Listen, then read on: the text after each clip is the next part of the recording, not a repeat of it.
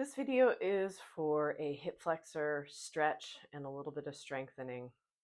So let's begin. Let's start with our feet about hip width apart as you look down midpoint of the thigh, and the mid part of the foot should be in alignment. So not too wide of a stance. And then go ahead and come into a kneeling position.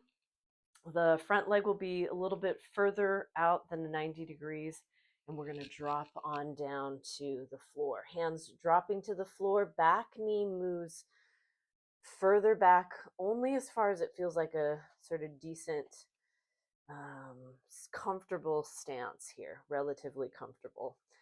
And for me, I'm going to come up a little bit higher onto the tops of my fists just because I prefer that. It's a little bit deeper stretch for me.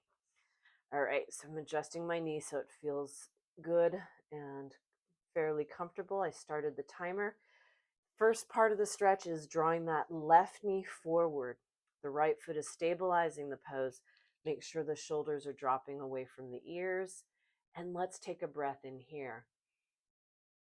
As you exhale, release that hold. So we're only going about medium intensity. So let's go for that again. Draw that left knee, drawing forward towards the front of the body.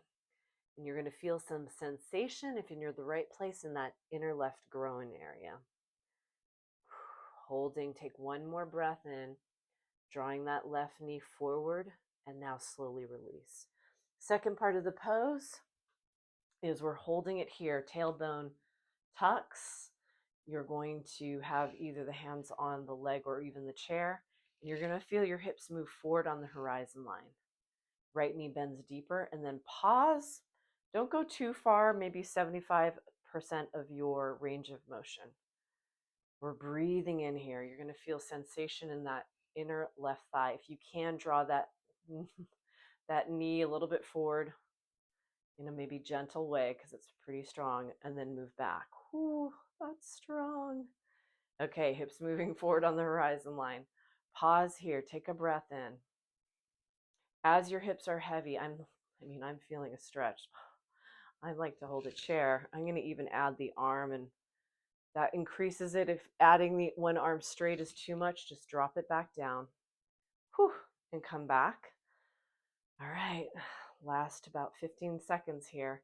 Hips moving forward, breathing in. Take a moment maybe to drop and really let your hips hang. Right knee bends as deep as it can. And then come back up for the last moment. Both arms reaching up. All right, and release. Whew, there we go.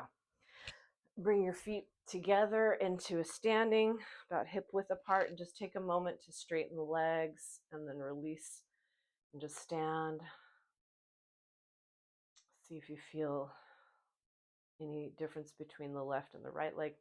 My left leg can actually straighten a little bit more. Like I have more access to that hamstring. Let's go straight into the other side. Left foot forward, right knee dropping. So left leg a little bit bigger than a square, than a 90 degrees, and hands dropping down to the floor. Right knee comfortably moves back, and then your hips are heavy. All right, I'm going to come to the tops of my fists just because that feels good for me. I can lift a little bit higher and breathing into that.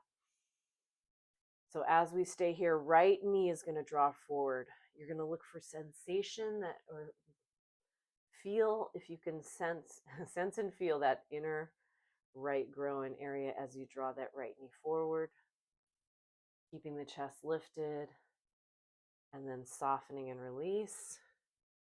See if you can do that again. So drawing that right knee forward, breathing in and breathing out. Oh, yes, good. Second part of the pose. So I'm going to bring that knee a little bit forward, come up to standing, and then adjust. Tailbone tucks. Keep the chest lifted as best as you can. And now hips moving forward on the horizon line. Ah. That's the sound of my right psoas. Okay, it isn't, but it's quite a sensation. It's a strong stretch. And then hips moving back. So we're pulsing into it. The back toes could be curled under or could be in a pointed position. breathing in. And one of my colleagues likes the foot in a pointed position. He thinks it feels stronger that way. Probably is. I mean, I feel it strong both ways. Hips moving back. Oh my goodness. Not much longer here, probably about 40 seconds. So hips move forward, take a breath in. Maybe raise one arm. If that's too strong, return the hand back to the chair or your leg. If you can hold that, take a breath in. Hand dropping. Hips really sinking, breathing in and breathing out. Okay, last part of the pose. We're coming up. Hips moving forward, left knee bending, maybe one arm, maybe even both arms. Feel your hips sink. That's a strong pose. All right, you did it.